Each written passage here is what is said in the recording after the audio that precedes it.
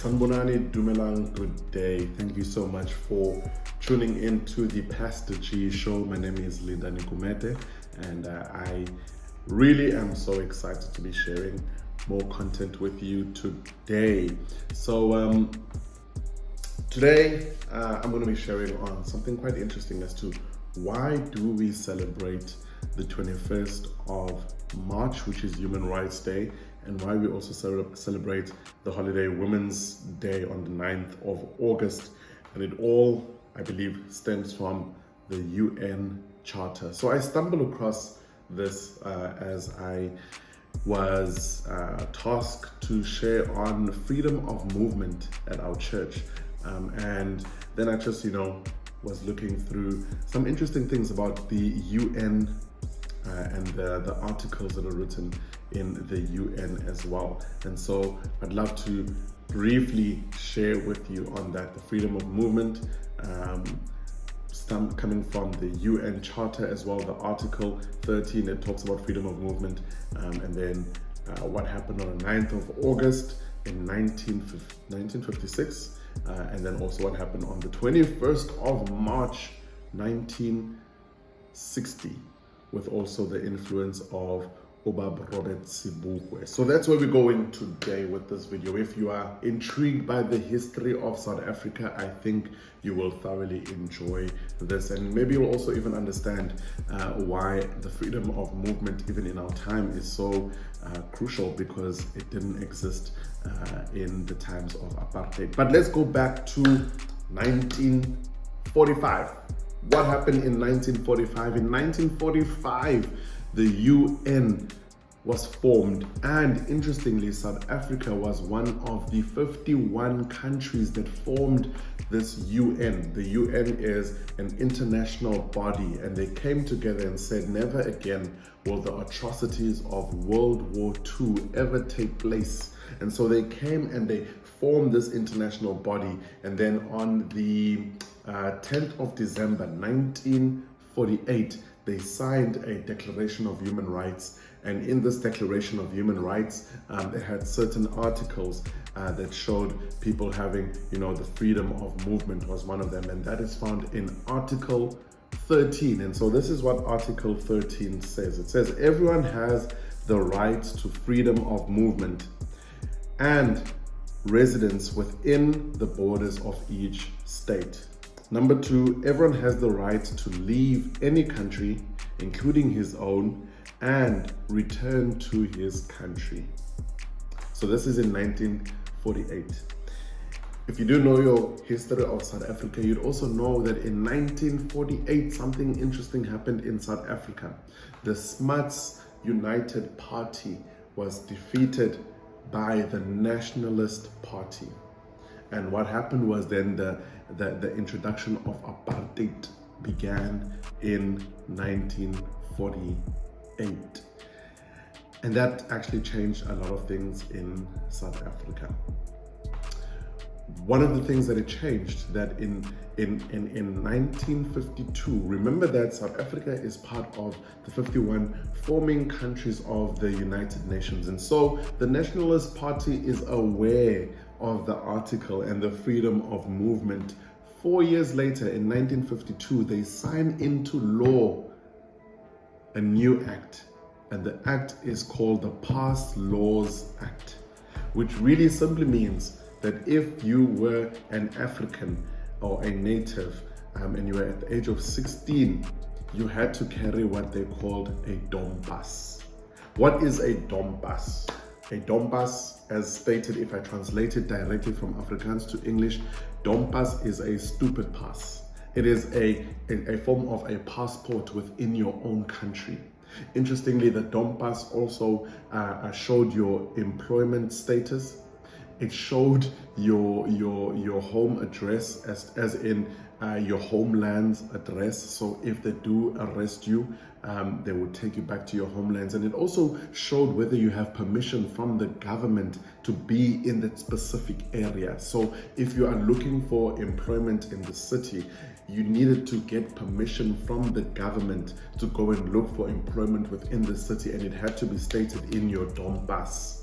And so it showed your employment status, it showed your home address, because a large portion of people of color, black, colored, and I believe also Indians, were actually moved from certain areas, and they were, moved to different spaces and different places.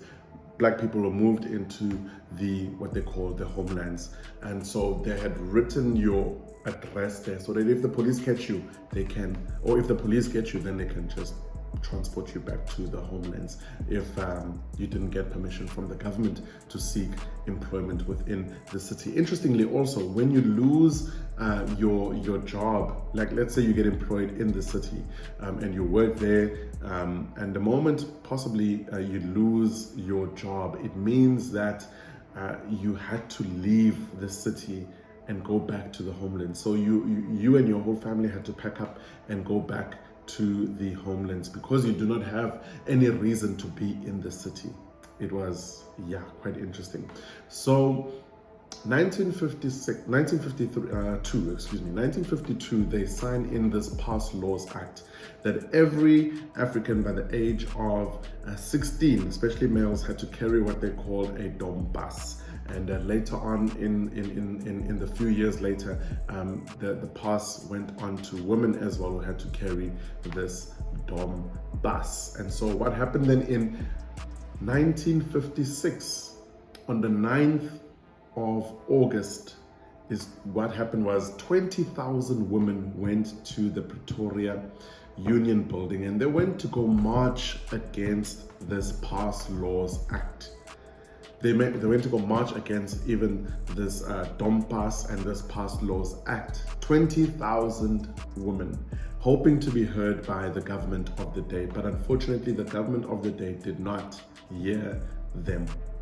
But it's quite interesting that 20,000 women mobilized and went to go and fight against this law that was really quite dehumanizing, if I can get the right word for it. 4 years later, 1960, on the 21st of March, interestingly, let me go back, on the 20th of March, a very influential figure by the name of Robert Sobukwe wrote a letter to the commissioner of the police stating that for 5 days, he and his party, the Pan-Africanist Congress, the PAC, he and his political party would go on a 5-day non-violent strike or march, non-violent march for 5 days against the Pass Laws Act, and it would start from the 21st of March. On the 21st of March, Ubaba Robert Sobukwe, who was a lecturer at the University of Wits, he then resigned from his post, and he made sure that his family was in a safe space, and he left his house in Orlando. Well, he went to the Orlando police station, and he was going to hand himself over to the police, hoping that a lot more black men would also, or black men and women would do the same, that they would also hand themselves over to the police, with the hopes that the prison cells would not be able to contain so many black people in the prison cell. Therefore, it would probably, hopefully, defeat this Pass Laws Act, and they have to then change it. And so, Bab Robert Sobukwe left his home and he started walking to the police station. And he is about to, walk to the police station to hand himself in.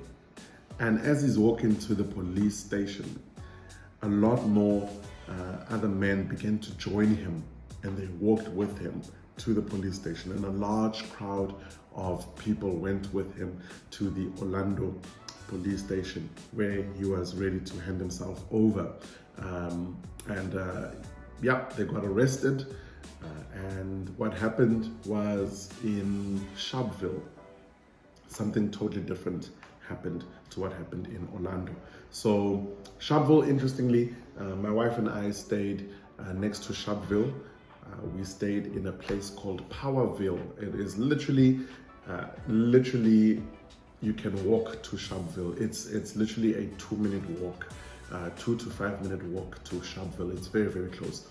So at Sharpeville, what happened in 1960 on the 21st of March is that 5,000 people went on a peaceful, non-violent march to the police station. And what happened was that at 1:30 in the afternoon, the police released bullets. They released 1,344 rounds, shooting innocent people. 238 people got injured. 91 people got killed. All because of possibly fear from the police. I don't know. But clearly, this Pass Laws Act and trying to combat this Pass Laws Act was a very big threat. The unfortunate reality is that a lot of people unfortunately got injured and even died so that we can have today the freedom of movement. And so I thought it was quite interesting and quite important history lesson to share as to why we celebrate the 21st of March, which is Human Rights Day in South Africa, and why we also celebrate the 9th of August, which is Women's Day in South Africa, because both those holidays were really quite crucial as to the fight against the Pass Laws Act. So I hope this was really quite interesting and quite informative for you. And yeah, I'm just really intrigued by history. I love the history of South Africa, and I think it's important for us to, if you living in South Africa and you want to build South Africa and you're passionate about South Africa, I think it's important to know the history of South Africa. It's really, really, really quite important. Wow, for me. And so currently I am reading a thesis from Dr. Douglas Calderwood. Dr. Douglas Calderwood wrote his thesis in 1953. And in his thesis, he shares on this invitation of building housings for natives. And I'm just reading through his thesis, and it's really, really quite interesting because he was the guy who is an architect. He was also a lecturer at WITS, and he was the guy who was extremely fundamentally important and influential in how the township houses and township design looks like even today. He was the guy that was really, really influential in that. So I want to read his thesis, and hopefully I want to share more information on how he designed the township. Possibly I want to understand why he, because every township, even in his design, he designed it to be a matchbox house with specifically a peach tree and also a toilet outside. I do understand the connotation of the peach tree. I will share that a bit later on. I just want to get more information, read more on his thesis, just understanding, you know, about this matchbox house, why he designed that way, why is the toilet outside. And interestingly, Calderwood also said the following words. He said, the road to crime is built on the foundation of bad housing and a broken family life. Bad housing and a broken family life influences the road to crime. And so all of this, even the township was deliberately designed, even with the peach tree, even with the toilet, hopefully with, I don't know, the psychological damage that Calderwood also knew of, that it would possibly also lead to further crime.